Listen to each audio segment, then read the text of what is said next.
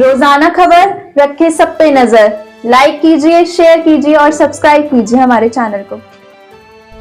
अभी चुनाव आयोग ने कोई अधिसूचना जारी नहीं की लोकसभा चुनाव कब होंगे, लेकिन राममय भाजपा, राममय देश में जिस प्रकार से भाजपा के इतिहास में पहली बार भाजपा ने चुनाव कार्यालय खोल दिए हैं। जी हां, यह कोई पार्टी का अधिकृत उम्मीदवार चुनाव कार्यालय नहीं खोला, बल्कि भाजपा की तरफ से चुनाव कार्यालय खुले हैं। सबसे बड़ा सवाल यह है कि आखिर ऐसी कौन सी वजह है जब राममय भाजपा, और भाजपा करीब करीब सभी मान के बैठी है कि जीत के दहलीज पे है, 400 सीट के आंकड़े पे पहुंची भाजपा को, ऐसी कौन सी वजह है जो 2 महीने पहले चुनाव कार्यालय खोलना पड़ा।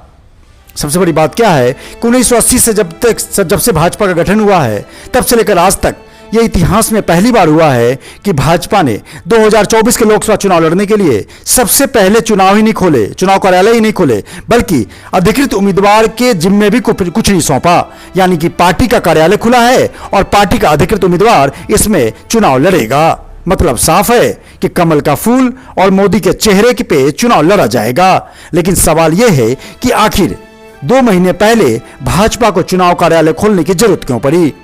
अयोध्या में राम मंदिर के शुभारंभ के बाद भाजपा की लहर पूरे देश में है, पूरे विश्व में है। ऐसे में भाजपा करीब करीब विपक्षी पार्टियां भी मान के बैठी है कि इस बार तो भाजपा 400 के पार।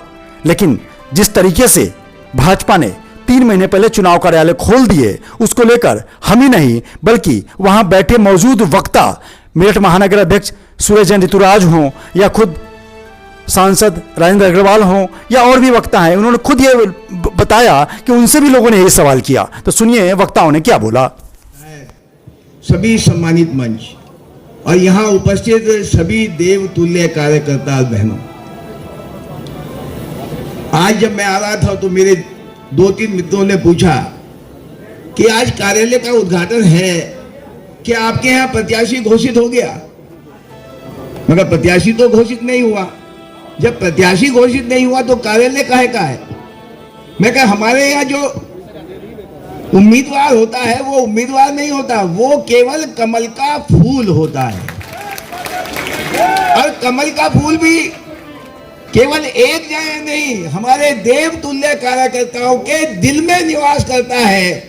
ऐसा हमारा कमल का फूल होता है।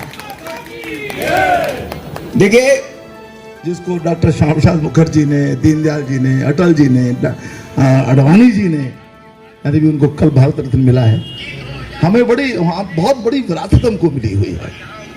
हमारा जैसे हमारा स्वप्न बहुत बड़ा है और हम जिस काल संधि के अंदर हैं, इतना बड़ा सौभाग्य हमको मिला है। कई लोगों ने कहा कि बस जीवन पूर्ण हो गया है, तो हम अपनी कोई कसर हम छोड़ नहीं सकते। पूरी ताकत लगा करके, केवल जीत से संतोष की बात नहीं है, दुनिया में संदेश देना है कि हिंदुस्तान का प्रत्येक व्यक्ति, प्रत्येक नागरिक, प्रत्येक बहन, प्रत्येक भाई, प्रत्येक व्यक्ति नरेंद्र मोदी जी के साथ, नरेंद्र मोदी जी के पीछे, नरेंद्र मोदी जी का हाथ पकड़ के खड़ा हुआ है और देश की सेवा के अंदर सन्नत है। देखिए, हम लोग 12 महीने काम करते हैं।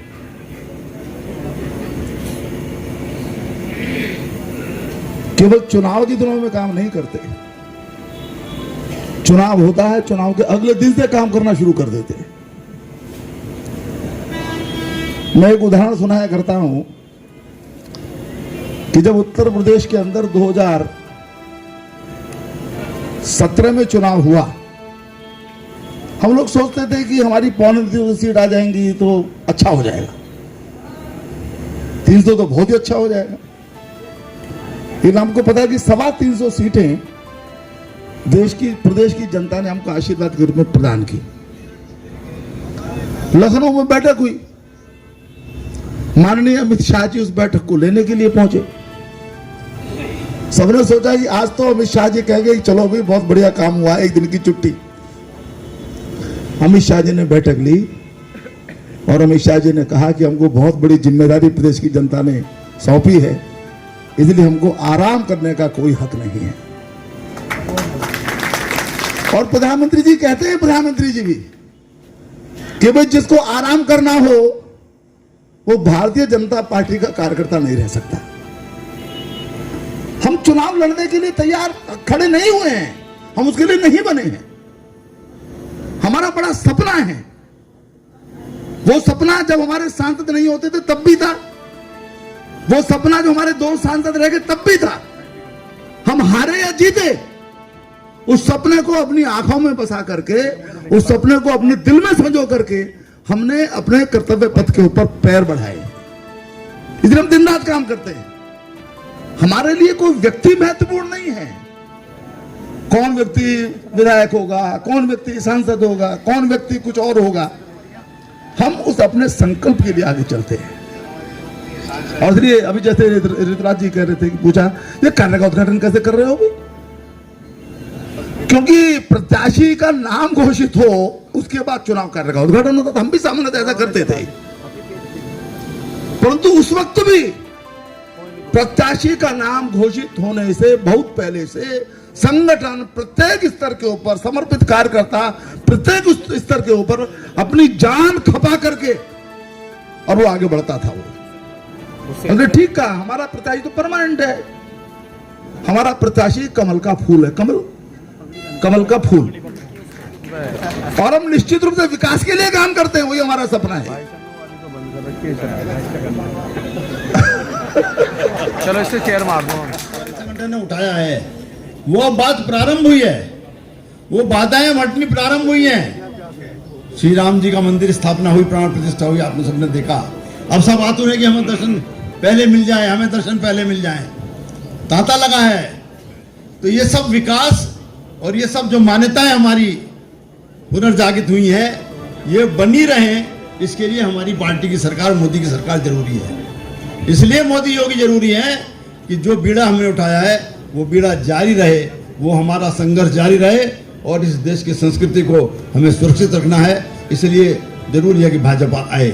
हम सब आपको ये विश्वास दिलाते हैं अध्यक्ष जी कि निश्चित रूप से आपके नेतृत्व में पश्चिम उत्तर प्रदेश की 14 की 14 इस कामना के साथ कि मेरठ की सीट सर्वाधिक मतों से सर्वाधिक लीड हम जीते, लेकिन 14 की 14 जीते, ऐसी कामना के साथ। जिन्होंने भगवान के नाम पर भगवान को भी नहीं माना, श्री राम को नहीं माना, उनको सजा था। रोजाना खबर रखे सब पे नजर। लाइक कीजिए, शेयर कीजिए और सब्सक्राइब कीजिए हमारे चैनल को।